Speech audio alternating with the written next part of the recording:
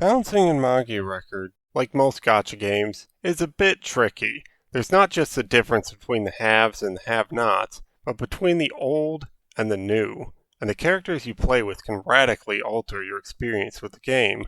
At the height of power creep, you can win most battles with the press of a button. At the opposite extreme, you'll struggle against even the weakest of enemies. Over time, the difficulty ceiling of PvE increased with the addition of EX challenges, 100 Evils, and Paradox Battle.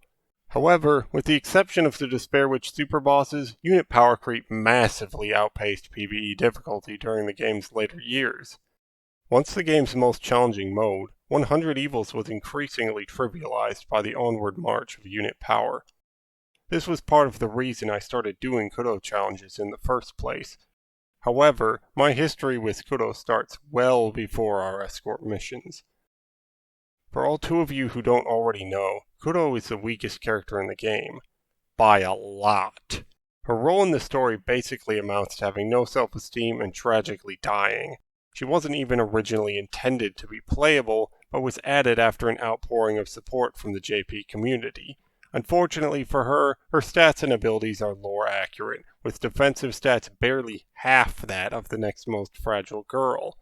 Adding insult to injury, the special effect on her personal memoria gives the team a short-lived stat boost. When she dies. That's right, Kudo is a character who is intentionally designed for the sole purpose of dying. What is my purpose? You die! Oh my god. But you can't help but root for her, you know?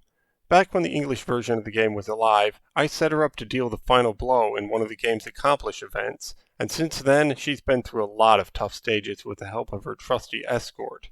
But doing things on her own is a completely different story. I tried to clear the first stage of the Halloween Castle dungeon event with her, and she was defeated almost immediately. The first stage of the Battle Museum's third set, and even its first set, were also blowouts. So I've wondered where Kudo could thrive. If a new player got her at the start, how long could they use her before she became dead weight? After all, the game's story mode is much easier than 100 Evils. She could probably at least get to the Commoner's Horse, right? Does anyone remember that? As a new player, that boss was a major wall, but after being forced to restart on JP, it was completely trivial during the rematch. Like I said, using overtuned characters in Memoria completely erases the challenge, but the story mode was challenging once upon a time. That gave me an idea for one last Kudo challenge, to re-experience the story mode as Marukami intended. Just how far can Kudo go? She won't have an escort this time. Even capped characters, when combined with modern Memoria and mechanics like spirit enhancement, utterly trivialize story stages. No, Kudo won't be the weakest member of the team anymore. She'll be the strongest. The rules are as follows. Number 1. Kudo must be the strongest member of the team. That is the whole point of this challenge, after all. Since she's the weakest character in the game, the rest of the team will have to be starved of upgrades so they don't outpace her. That's right, we're returning to the days of 2-star characters and Memoria. What do you mean my character's already uncapped? Oh, I didn't mention I was doing this on a new account? As an extension of Rule 1, Kudo should always be team leader and deal the most damage. This should ideally be a majority, but a plurality will occasionally be acceptable. This team will not survive without the mighty Kudo to lead them. Rule 2 is that Kudo needs to be alive at the end. That kinda goes without saying. For Rule 3, we're going to use NPC supports every time they're available. Outside of the very start, NPC supports tend to be pretty bad, and since they're tied to the story, this creates a more authentic experience.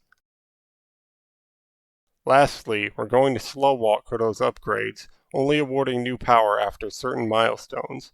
It would be pretty boring to just dump a bunch of levels into her and steamroll the early game until you hit a brick wall and have to give up. Oh no, we're going to fight for every inch. So, what do you think? What chapter will be Kudo's final undoing? Or will she go all the way? I mean, I already know since the run was recorded in advance, but I'm going to pretend to be in suspense for you guys. Put your guesses in the comments below. First episode coming hopefully soon-ish. Bye!